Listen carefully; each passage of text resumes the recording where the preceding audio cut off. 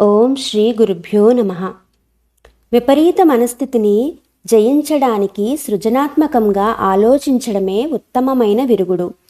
మనం ప్రతికూలమైన లేదా స్తబ్దమైన మానసిక స్థితిల్లో ఉన్నప్పుడు విపరీత మనస్థితులు మన మీద పట్టు సంపాదిస్తాయి. మనస్సు ఖాళీగా ఉన్న సమయమే విపరీత మనస్థితులకు లోను కాగలిగిన సమయం.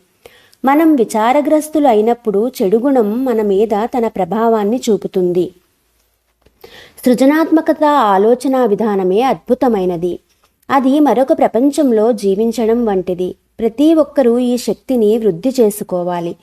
మనం సృజనాత్మకంగా ఆలోచిస్తున్నప్పుడు శరీరాన్ని కానీ విచారకర మానసిక స్థితులను కానీ అనుభూతి పొందము.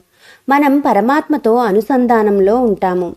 మన మానవ మేధ భగవంతుడి సృజనాత్మక మేధస్సుకు ప్రతిరూపంగా తయారయింది. దాని ద్వారా అన్ని విషయాలు సాధ్యమే.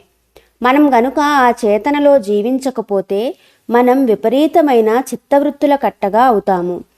సృజనాత్మకంగా ఆలోచించడం ద్వారా మనం విపరీత ధోరణులను నాశనం చేస్తాము.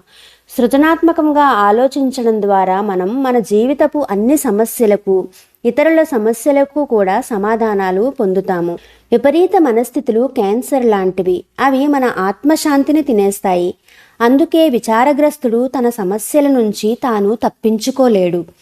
ప్రతిదీ మనకు వ్యతిరేకంగా జరిగినప్పటికీ విచారంగా ఉండడానికి మనకు హక్కు లేదనే విషయాన్ని గుర్తుపెట్టుకోవాలి.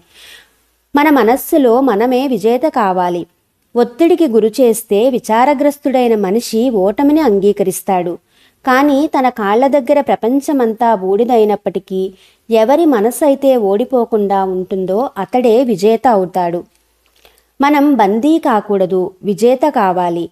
మనల్ని మనం విపరీతమైన మానసిక ధోరణులతో గట్టిగా బందీ చేసుకోవడం వల్ల జీవిత సంగ్రామాన్ని కొనసాగించడానికి మనం అసమర్థులమవుతున్నాము. మన మనస్సును ఒక విపరీత ధోరణిలో పూర్తిగా నిమగ్నం చేసుకోవడానికి మనం అనుమతించగానే మన సంకల్పం చచ్చుబడిపోతుంది. విపరీత స్థితులు మీ మెదడును మంచులా కమ్మేస్తాయి. దాని వలన మన తీర్పు దెబ్బతింటుంది. మన ప్రయత్నాలన్నీ వ్యర్థమైపోతాయి. కాబట్టే సృజనాత్మక ఆలోచనా విధానాన్ని పెంపొందించుకోవాలి.